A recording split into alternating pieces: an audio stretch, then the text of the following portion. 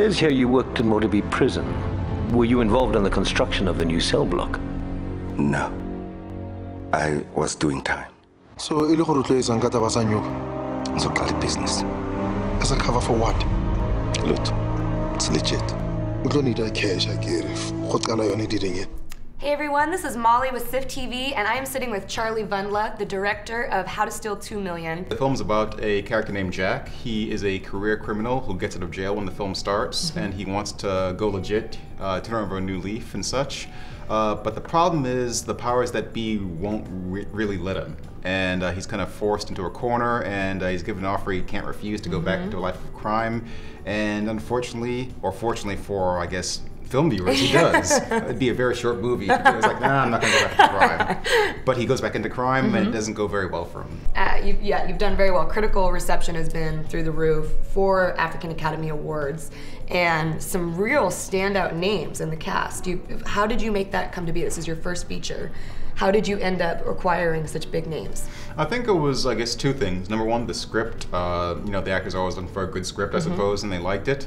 And then some of the producers on the film are very well experienced in the world of South African film and television, and the actors trusted them, if not me, because I was a first-time director. Sure. And one of the really interesting things you told me is that you're contributing this film to a canon that usually has a very specific 3 set genre. If people know of South African cinema, there are usually basically 3 subjects that the films fall into. It's either AIDS, abject poverty, or apartheid. And you know, these are not really cheery subjects. Right, party. And they're often like, people get a sense that when they go see a South African film, they're being browbeaten or lectured to, and it's very, just not very fun, I suppose, and not very enjoyable or entertaining. And I want to make an enjoyable, entertaining film that people would just have lots of joy watching and would be excited, you know, walking out of it and want to tell their friends about it. And so that's why I kind of want to go outside of what the typical South African film is. And I think people were really surprised when they saw my film in South Africa, because to my mind, there had never been a South African film made like it before. So it kind of just was shocking almost. They're going to be biking across America to help the families of fallen soldiers and hopefully arrive in New York on September 11th.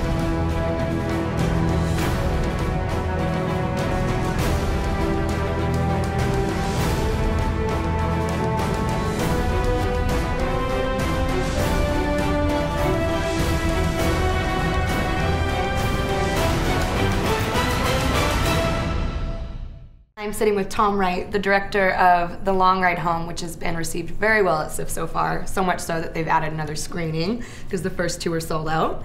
So why don't you tell everybody what this documentary is about? This documentary is about a Iraqi war veteran with a very interesting backstory. He was working at Goldman Sachs on 9/11. He was a 31-year-old vice president right outside the World Trade Center when the planes hit. Very shortly thereafter, he quit that job and joined the Army. Wow. And was a low-level infantryman and served in Iraq.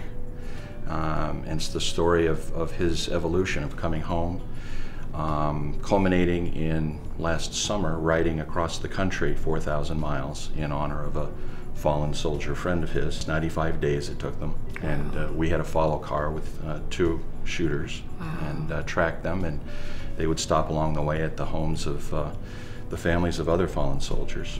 So we kind of had the beautiful vistas of the country mixed with the more intimate visits that he had with people along the way. And then he ended up at Ground Zero on the 10th anniversary of 9/11, where it all began. The reason why he is making this ride, he has made a promise, right? Yeah, they met at Fort Lewis, locally here. And just before his second tour, Sergeant Jesse Williams, who became sort of a surrogate son, really, to Kevin Mincio, who was our lead character, our protagonist. Jesse said, if anything happens to me on this second tour, will you make sure that my wife and young child are taken care of? And Kevin made that promise, and he's kept that promise. And this film is part of that mission of wanting people to know Jesse's story, and in a larger context, wanting people to be aware of what soldiers have gone through and what it's like for them to come home.